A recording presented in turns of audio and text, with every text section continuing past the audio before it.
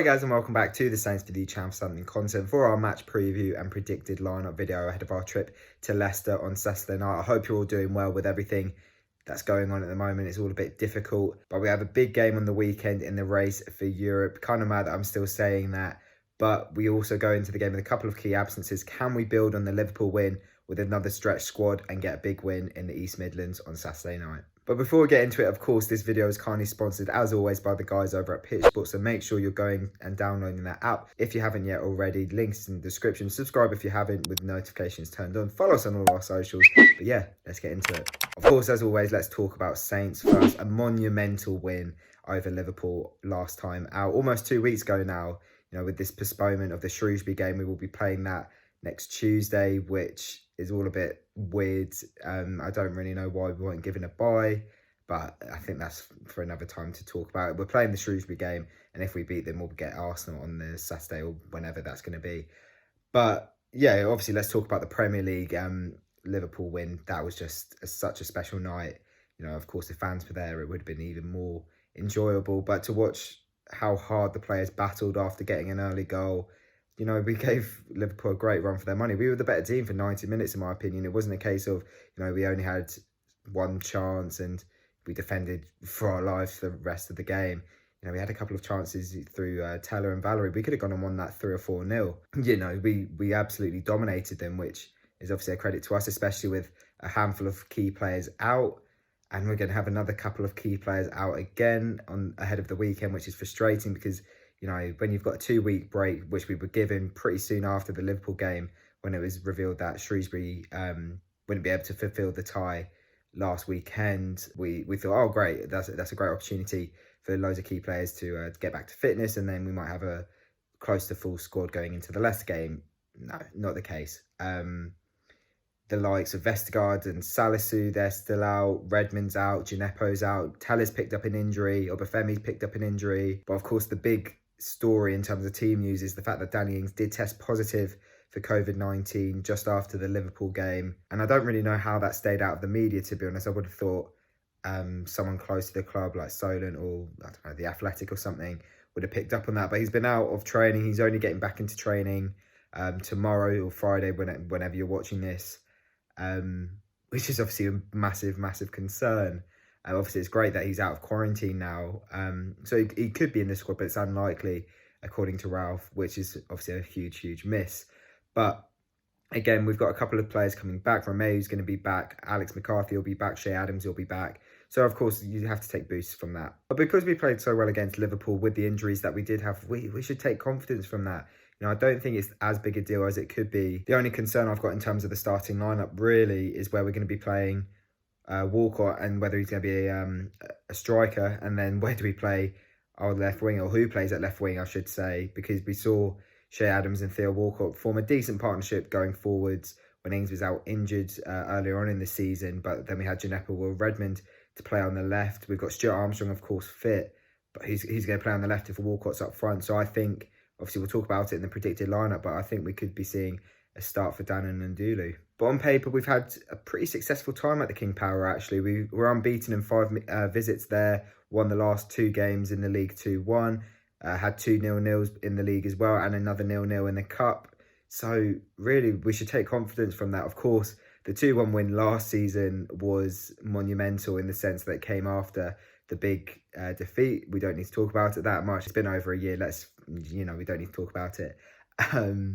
But yeah, it was such a big win. It was probably the game of the season, I think, for a lot of fans. Redemption Day, as we called it. And going into this game, we're a lot more level, if that makes sense. We're a lot closer. Like I said, we can go level on points with Leicester if we win the game. So I think that we have to take confidence in our own performances from this season and, go for the win. But let's talk about Leicester, because I think they've been one of the teams to watch this season. Of course, their league position justifies that. Once again, like last year, they've been excellent to watch.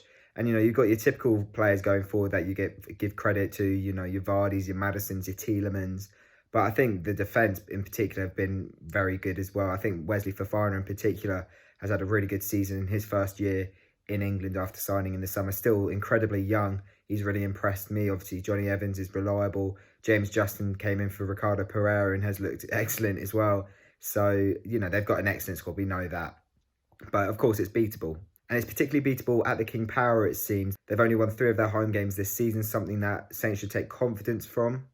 You know, our away form has been good as well. So in that sense, you'd like to think that we can come away with a result. But as I said earlier, it's a huge game in the race for Europe, and they'll be equally as keen to build a little bit of a gap over us. I think really a point for us wouldn't be a bad result in this one. It keeps them sort of 3 points ahead of us, but obviously losing its 6-point gap, it'd be a bit of a tough one to overtake them in the near future, or at all maybe in the season, because they are doing so well, particularly away from home. Now onto the predicted lineup part of the video. This could be a little bit tricky. Starting in goal, Alex McCarthy is fit to come back after testing positive for COVID-19, so he'll be coming back in goal in my opinion. Fraser Forster had a decent game against Liverpool. He did well coming in. Didn't have that much to do though, and I think he'll have a game on Tuesday night against Shrewsbury in the Cup. But yeah, there's no need to keep Forster in there. Alex McCarthy all the way. And then in terms of the defence, it's going to look similar to the last couple of games. I think we're going to have Walker-Peters at right back, Stevens and Bednarek as the centre-backs, and then Bertrand as left-back. Close to signing a new contract. That's big news, I think. He's been a little bit, I don't know, he's received a lot of criticism this season. I do understand why, but I don't agree with it. I think he's one of our best players, I'll always sort of stick up for him in that sense. But yeah, moving on to the midfield, I think in the middle we're going to have Romeu and Ward-Prowse. Diallo had an excellent game against Liverpool, unbelievably good for someone so young, and obviously hardly played since he's come to Saints. So I think it'd be a little bit harsh on him to be dropped, but of course Romeu's just been an absolute beast in the midfield this season, and if he's fit to start, then we have to play him. And then on the left, I think we're going to see Theo Walcott, on the right Stuart Armstrong, and that means up front I think we're going to have Shea Adams. And I do think we're going to see a start for Daniel Ndoulia. I may be wrong. There may be a different way that Ralph plays the formation. He might have Walcott up front and someone else on the wing. We saw Valerie come on as a right winger and do really well. So we might have Armstrong on the left and Valerie on the right. Who knows? But for me, I'd be seeing Dan Ndoulia make his first Premier League start. I think it's fair. He's come on off the bench a couple of times recently and done really well, especially against Liverpool. I think he got about half an hour and he was excellent. So I don't see any reason why not. I think he deserves it. And then to wrap up my score prediction for the game, I can see us winning it. I think our good form at the King Power over the last handful of seasons might do us some good in this one. Obviously, it's a completely different game. You know, 2 teams fighting for Europe, where beforehand it's kind of been we've gone there when Leicester are a bit out of form and we're on the up after a difficult start. But I think it's going to be a draw.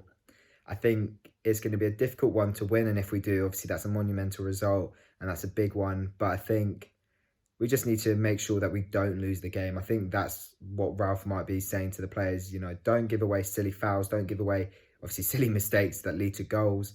But I think we'll keep ourselves in it. I think we'll play well, and I think we'll come away with the result.